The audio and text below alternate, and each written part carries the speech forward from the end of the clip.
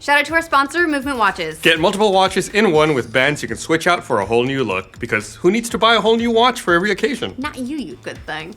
Get 15% off your entire purchase at nvmtwatches.com/the know. Welcome to the know. I'm Ashley Jenkins. And I'm Gus Sorola. Everything's fucked. It's all fucked. We gamers know more than anybody that eventually all good things must come to an end, but sometimes that end is a fiery, catastrophic shit show. We're of course talking about Pokemon Go, the augmented reality app from Niantic that's had players hunting Pokemon and hurting themselves all over the world this summer, but unfortunately things took a drastic turn over the weekend. In the wake of reset accounts, the removal of tracking features, and the shutdown of third-party companion apps, players are now leaving the game in droves. And not only that, they're also overloading Niantic with refund requests for their microtransactions. That's about as bad as a single weekend can go if you're a mobile app. The magma storm of problems kicked off with the release of Pokemon Go's major V0.31 update over the weekend. It's not even at V1 yet? Come on, guys. The new update added some good things like the ability to change your trainer's appearance, balance tweaks to Pokemon battling, and generally more stability to the game, which has been rockier than a Geodude since it first released, you know what I mean. There's even a new prompt when you load up the game, which discourages you from driving and playing at the same time. Or trespassing, because that apparently needed to be a warning. Who am I kidding? People have been driving with it, so of course we needed a warning. But one change in the update, not going so great according to many of the game's players, because Niantic removed the ability to track Pokemon from the game pretty much entirely. Yeah, it's pretty much as bad as it sounds. When the game first launched, a nearby window let you know how close you were to capturing certain Pokemon by the number of footsteps beneath them. More footsteps meant the Pokemon were further away. Fewer footsteps meant they were closer. But starting a couple of weeks ago, that feature kind of bugged out, showing any Pokemon, no matter the distance, at a constant 3 footsteps. So rather than fixing the bug, Niantic chose instead to just remove the footsteps completely, because that's way better. Now there's basically no way to tell where any Pokemon are and no way to track them at all. Good job, Niantic. You did it. Next they'll cut out the nearby window, and then, like, why the fuck not? They'll just remove capturing Pokemon while you're at it, because we didn't want this game anyway. To be fair, this is probably just a temporary fix on Niantic's part, so that new players aren't confused when they open up the app for the first time and see all the Pokemon are 3 steps away. All of that would have been well and good. After all, showing 0 steps is functionally no different than showing all the Pokemon as being 3 steps away. However, Niantic went one step further and just removed all the tracking features. Since the feature has been broken, players have made do with a variety of third-party companion apps and fan-made tools, most notably Pokevision, which alerts you of the exact GPS location of a Pokemon and how long it can remain catchable.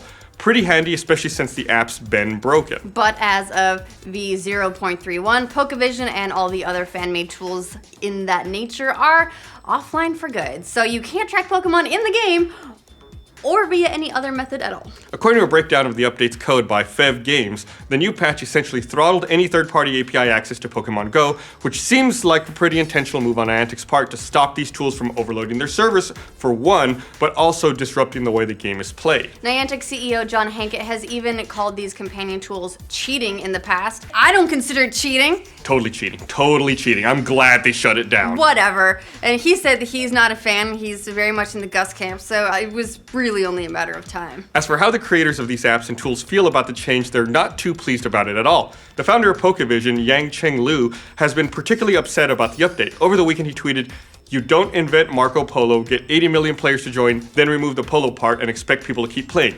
Little bit of an exaggeration. Little bit of an exaggeration there. If you take away the polo, then no one's left shouting back at you. No one took away the Poke, no one took away the Mon, it's still there. Now it's just Mon? They took away the vision. The response from the community over the update and the shutdown of third-party apps has been no small matter. A number of threads popped up on Reddit bemoaning the new changes over the weekend, with many users claiming that they were done with the game. Done, you hear me? If that wasn't bad enough, some users are also reporting that the latest update completely reset their progress and deleted all the items they've spent money on. Now that sucks. That is a problem. That really sucks. Like, there's no buts about that one. Niantic, meanwhile, has been mostly silent on the issue, which has Ingress users saying, "Welcome to the fucking club."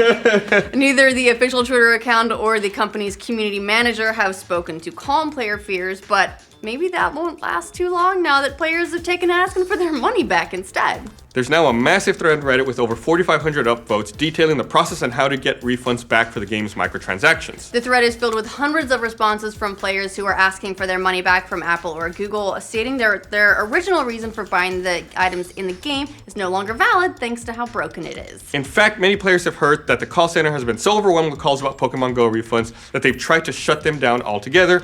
So this isn't just a few isolated commenters. Yeah, shutting stuff down isn't going so well for Niantic either, don't worry.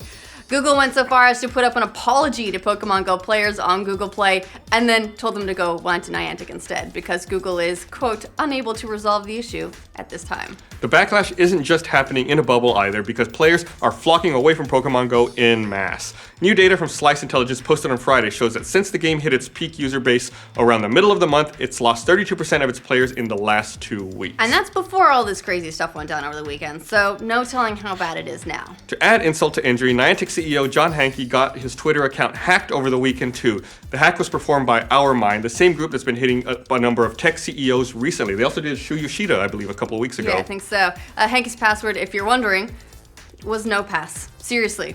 So, all in all, not a great weekend for Pokemon Go. At least it wasn't password. Right? That would have been worse. Or like 1, 2, 3, 4, 5. That's the same combination on my luggage. Or Pokemon rules. Well, if you take away the primary reason for even playing the game, tracking down and catching Pokemon, what else can you expect? It went from a game that you can go outside to play to a game that you maybe play while you're outside. But you can still catch Pokemon. Yeah, let's not go overboard But you're here. not really enabled to hunt. You can't Pokemon hunt. You can just like, if one happens to be nearby you, you can pick it up. Yeah. But that's about it. There is no wandering around to find a specific Pokemon. There's no point, really. What's really crazy is that players aren't falling off because they got sick of playing the game. That would be totally understandable. Maybe that first 32% or so who tried it out and went, meh. But now that the game's broken, I don't know, man, they had a captive audience and they dropped the Pokeball. Oh, that was pretty good. Thanks. That's a good one. Thank you. We'll have to see if they can put things back together and catch them all again. It's possible they missed their opportunity. But who knows? Maybe all the players need is for tracking to get fixed, and that's all I need, really. Hopefully that'll be happening soon. Niantic communicating would go a long way so that we know if we need to be worried in the long term or not. What do you guys think of Pokemon Go going down in flames over the weekend? Have you stopped playing? Let us know in the comments. And for future updates on flashes in the pan, like this video and subscribe to the Now. Thanks to Movement Watches for sponsoring this update. Movement watches are made with versatility in mind because you don't want to buy a new watch for every occasion. Wearing brown shoes, you just switch out your metal band for a brown leather band and bam, practically a new watch. And you're so stylish too. I ended up getting this black one with like rose gold. It's the first adult watch I've ever got. It's so nice. Look at you. It kind of matches. You look like an adult. Watches start at $95, but you can get 15% off your entire purchase when you go to mvmtwatches.com/theknow.